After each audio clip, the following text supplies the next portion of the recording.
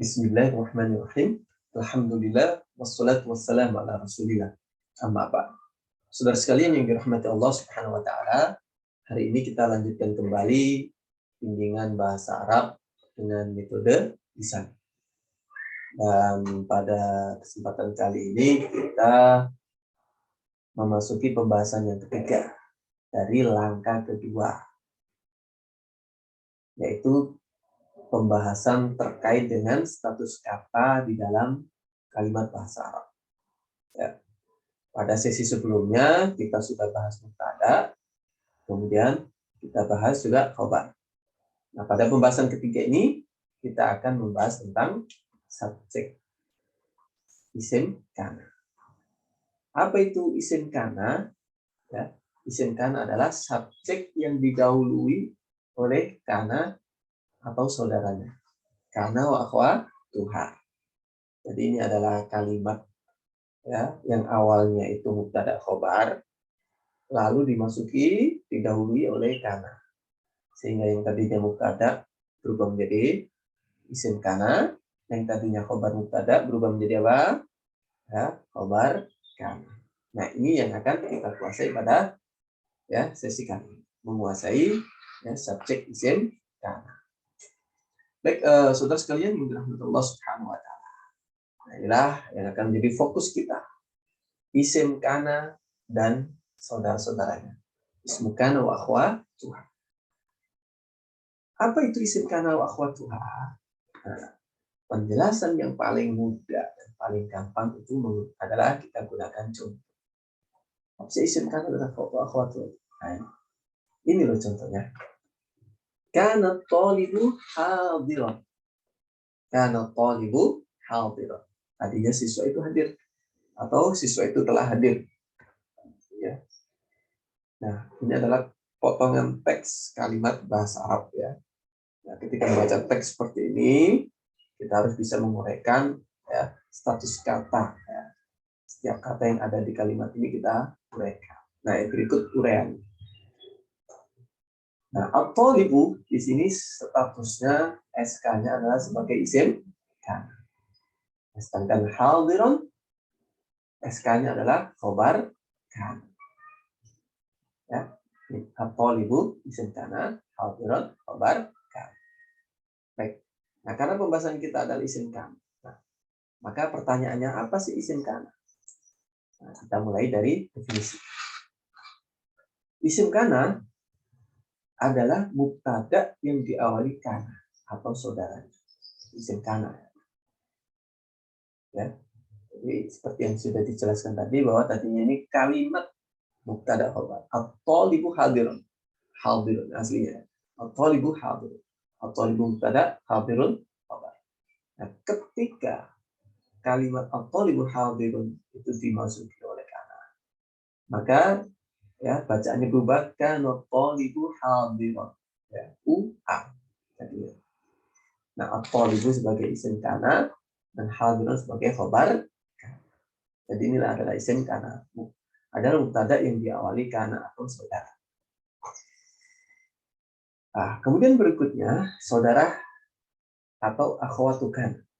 Jadi kana punya beberapa saudara ya. Ya. Saudaranya apa saja? Nah, ini kana itu bermakna berubah. Kana sendiri bermakna berubah atau dulu, menunjukkan waktu yang lampau itu kana. Tentunya kana Muhammadun thaliban. Dulu Muhammad adalah seorang siswa. Ya, mungkin sekarang tidak siswa lagi. Sekarang mungkin ustaz. Kemudian, nah ini baru masuk saudara kana. Soro, asbaha, adha, dolla, amsa, tad. Nah ini semuanya 6 kosakata ini bermakna berubah. Bermakna apa? Berubah. Jadi 6 kosakata ini bermakna berubah. Nah, tetapi dalam penggunaan masing-masing memiliki ya penekanan makna tersendiri. Misalkan soro itu berubah tapi secara umum. Kalau asbaha berubah yang biasanya perubahannya itu di waktu subuh. Asbahal jawu barida. di waktu subuh cuaca itu dingin. Nah, misalkan. Kemudian adha berubah di waktu duha. Adha al-jawu dafi. Ya, ketika waktu duha cuaca mulai ya, hangat. Dola berubah di waktu siang. Amsa berubah di waktu sore. Dan bata berubah di waktu malam. Nah, semuanya secara keseluruhan bermakna, secara umum bermakna berubah. Contohnya asbah Ali ustaz. Ali menjadi ustaz. Ali menjadi ustaz. Nah ya, ini berubah. Makanya ada doa asbahna wa asbahal mulku lillah di pagi. Ada doa di sore hari apa? Amsayna wa amsal mulku lillah. Dan seterusnya. Kemudian saudara berikutnya adalah laisa. Ya, laisa ini lidawam, bermakna tidak atau bukan. Apa bukan lidawam ya? Salah sebut tadi ya. Laisa bermakna tidak atau bukan. Contohnya laisa aliyun tajir. Ali bukanlah seorang pedagang. Jadi bermakna tidak atau bukan. Kemudian mazala ma bari'a man fakka man fati'a. Semuanya ini bermakna masih. Istimrar, ya, bermakna masih. Mazala ma bari'a man fakka man fati'a. Misalkan mazala aliyun maridun. Ya, Ali masih sakit. Mazala aliyun musafiran. Ali masih sakit. Ya. Ini semuanya bermakna masih. Kemudian madama, nah ini yang tadi bermakna selama. Selama. Madama, selama. La takhruj minal baiti madama al-matarur wazira. Jangan keluar rumah selama hujan masih deras. Nah, penggunaan madama ini harus ya, selalu terkait dengan kalimat sebelumnya atau kalimat setelahnya. Jadi bisa didahulukan atau bisa diakhirkan. Misalkan la takhruj minal baiti madama al-matarur wazira. Jadi madama ya al-matarur waziran ini di akhir kalimat ya. Yang didahului oleh la takhruj minal baiti. Seandainya kita balik, madam al-matar basiran, la takhruj minal baiti. Boleh. Selama hujan masih deras, jangan keluar rumah. Nah, itu madama. Oke. Nah, sekarang berikutnya ada yang disebut dengan mulhaq, yaitu dikategorikan saudara. Nah, ini mulhaq ya. Apa saja? Yang pertama adalah kada kariba au syaka. Nah, kada kariba au syaka ini disebut dengan af'alul muqarabah. Apa itu af'alul muqarabah? Yaitu fi'il-fi'il yang bermakna hampir. Ya. Jadi kada al-faqru yakuna ya. Kada al-faqru yakuna kufr. Ya, hampir kefakiran itu menyebabkan ya, kekufuran. Nah, itu hampir ya. Jadi kada kariba au syaka ini sebenarnya bermakna af'alul muqarabah hampir. Kemudian yang kedua adalah asa haro ikhlaulako. Semuanya ini bermakna semoga. Nah, makanya disebut af'alur roja, harapan, semoga. Ya. Asa al-mataru yanzilul yaum. Mudah-mudahan hujan hari ini turun. Asa al-musafiru ayyat yaum. Mudah-mudahan orang musafir itu balik hari ini. Nah, kemudian yang ketiga adalah syara'a akhadha tafiqa ja'ala hab ansha. Semuanya ini bermakna memulai. Makanya ini disebut af'alus syuru'. Af'alus syuru' itu bermakna memulai. Jadi perlu dijelaskan di sini bahwa syara'a akhadha tafiqa ja'ala hab ansha ini semuanya adalah kosakata yang memiliki makna asal, memiliki makna dasar. Misalkan syara'a itu bermakna membuat syariat. Atau akhadha bermakna ya, akhadha gimana apa? Mengambil. Nah, namun ya selain memiliki makna dasar, ya makna asal tadi.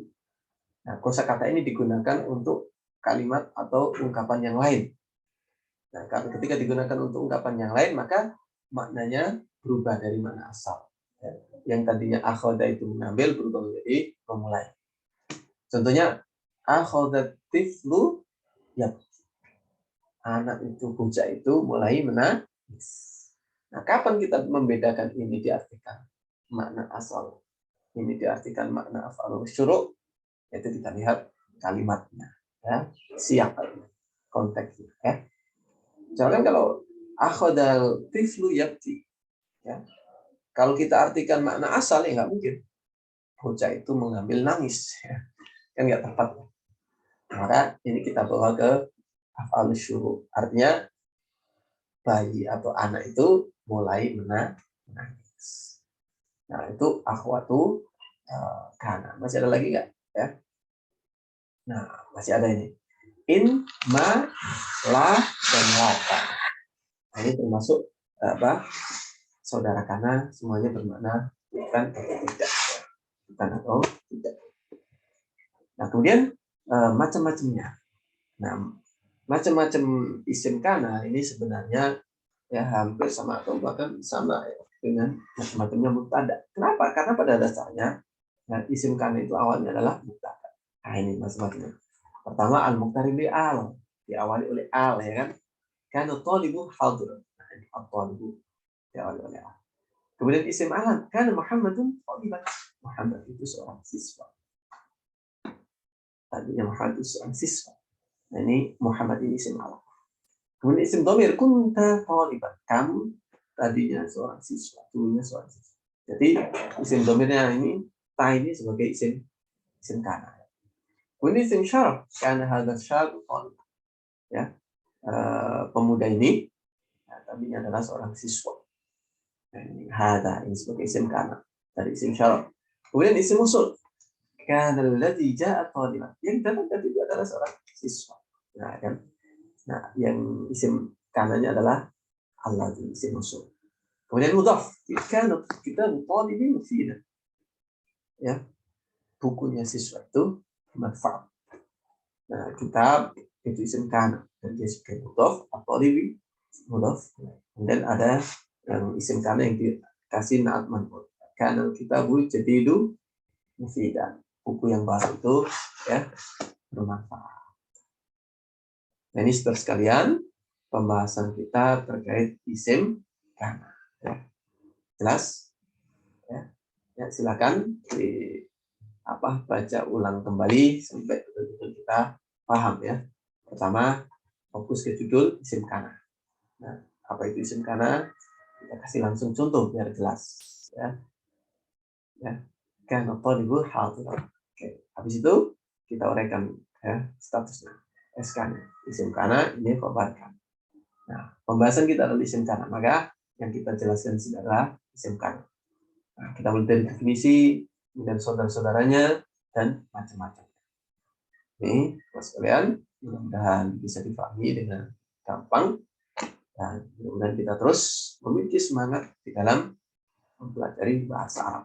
Ya, ingat semua yang kita dan tawakkuf min ta'allum lughatil arabiyyah hatta nafham. Tidak ada kata berhenti belajar bahasa Arab sampai kita paham Al-Qur'an. Wallahu a'lam bishawab. Ila liqa fi fursah qadim insyaallah.